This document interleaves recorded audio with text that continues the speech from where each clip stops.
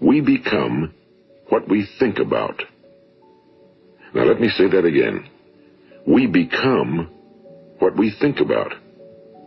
Throughout all history, the great wise men and teachers, philosophers and prophets have disagreed with one another on many different things. It's only on this one point that they are in complete and unanimous agreement. Listen to what Marcus Aurelius, the great Roman emperor, said.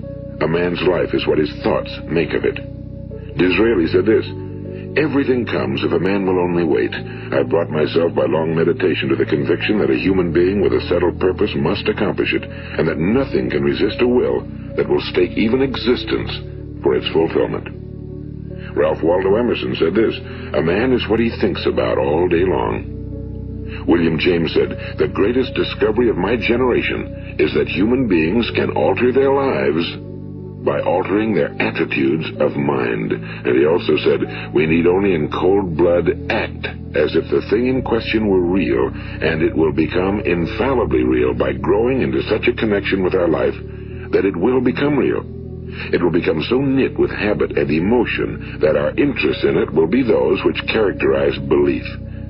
And he also said, if you only care enough for a result, you will almost certainly attain it. If you wish to be rich, you will be rich. If you wish to be learned, you will be learned. If you wish to be good, you will be good. Only you must then really wish these things and wish them exclusively, and not wish at the same time 100 other incompatible things just as strongly. In the Bible you read in Mark 9:23, if thou canst believe, all things are possible to him that believeth. My old friend Dr. Norman Vincent Peale put it this way, this is one of the greatest laws in the universe.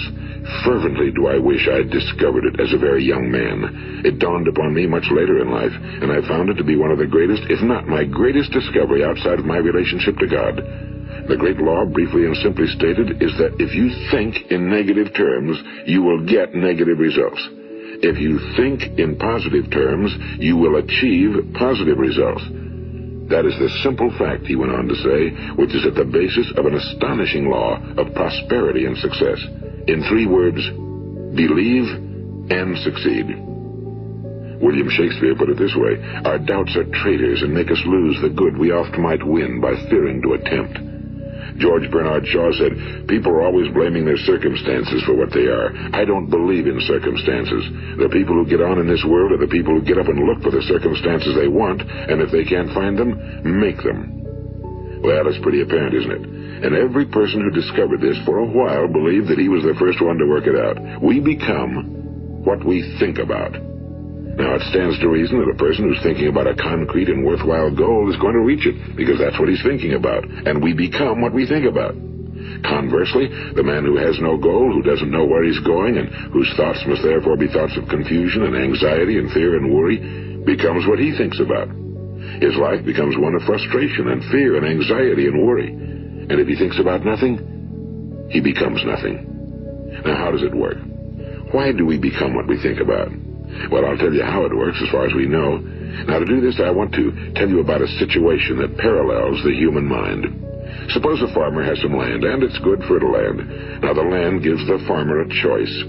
He may plant in that land whatever he chooses. The land doesn't care. It's up to the farmer to make the decision. Now, remember, we're comparing the human mind with the land because the mind, like the land, doesn't care what you plant in it. It will return what you plant, but it doesn't care what you plant. Now let's say that the farmer has 2 seeds in his hand. One is a seed of corn, the other is nightshade, a deadly poison. He digs 2 little holes in the earth and he plants both seeds, one corn, the other nightshade. He covers up the holes, waters, and takes care of the land, and what will happen? Invariably the land will return what's planted. As it's written in the Bible, as ye sow, so shall ye reap. Now remember, the land doesn't care. It'll return poison in just as wonderful abundance as it will corn.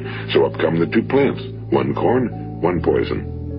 Now, the human mind is far more fertile, far more incredible and mysterious than the land, but it works the same way. It doesn't care what we plant. Success, failure. A concrete, worthwhile goal, or confusion. Misunderstanding, fear, anxiety, and so on. But what we plant, it must return to us. You see, the human mind is the last great unexplored continent on Earth. It contains riches beyond our wildest dreams. It will return anything we want to plant.